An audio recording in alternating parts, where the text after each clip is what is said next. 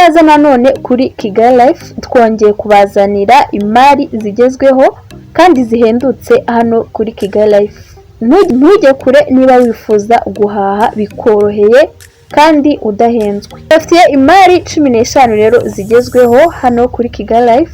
Mumenyereye ko tubazanira imari nziza, nimucikwe. Imari ya mbere rero uyu munsi ni Toyota RAV4 2008 automatic, iherereye i Remera mu karere ka Gasabo, ifite control na insurance, bizarangira 2024, ifite AC ikora neza, ikaba ifite ibara rya blue, ikindi iri muri condition nziza, ikaba igurishwa miliyoni 11. Imari ya kabiri ni Toyota Probox 2006 automatic, ikaba iherereye Remera mu karere ka Gasabo, iragurishwa miliyoni 5,200. Imari ya gatatu tugezeho ni firigo yakozwe na Samsung, ifite litro ya 346 litro, iherereye Remera mu karere ka Gasabo, ikaba igurishwa ibihumbi 280 by'amanyarwanda. Imari tugezeho rero ni imari ya kane, ariyo Toyota Corolla Eco 2004 automatic, iherereye mu karere ka Gasabo, ikaba igurishwa miliyoni 7,200.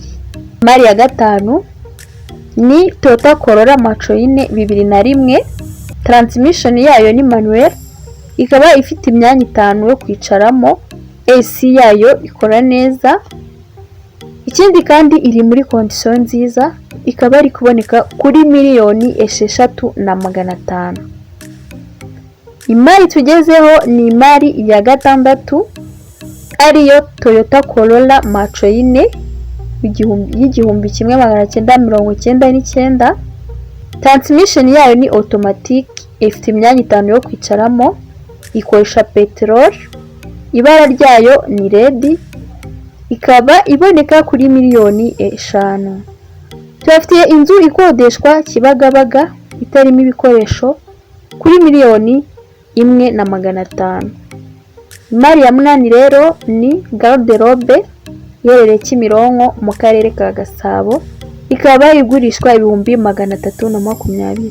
Imari ya 9 tubafitiye ni imodoka ya RAV4, transmission yayo ni manuel, ikaba ifite imyanya 5 yo kwicaramo, ikaba iherereye mu karere ka Nyarugenge kuri miliyoni 5 z'amanyarwanda.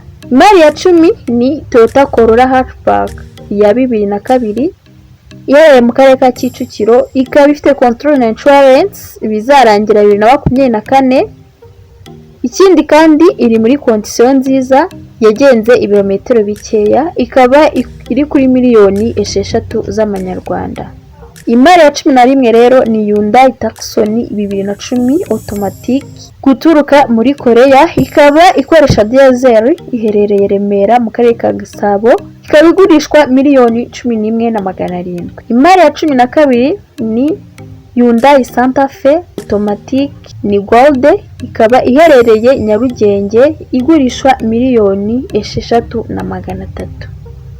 Imari ya 13 rero ni TV stand, ifite imyanya yo kubikamo ibikoresho bya televiziyo, iherereye Ikinyinya mu karere ka Gasabo, ikaba igurishwa ibihumbi 250. Imari ya 14 ni amashyiga ya gaze agezweho ku bihumbi 80 by'amanyarwanda.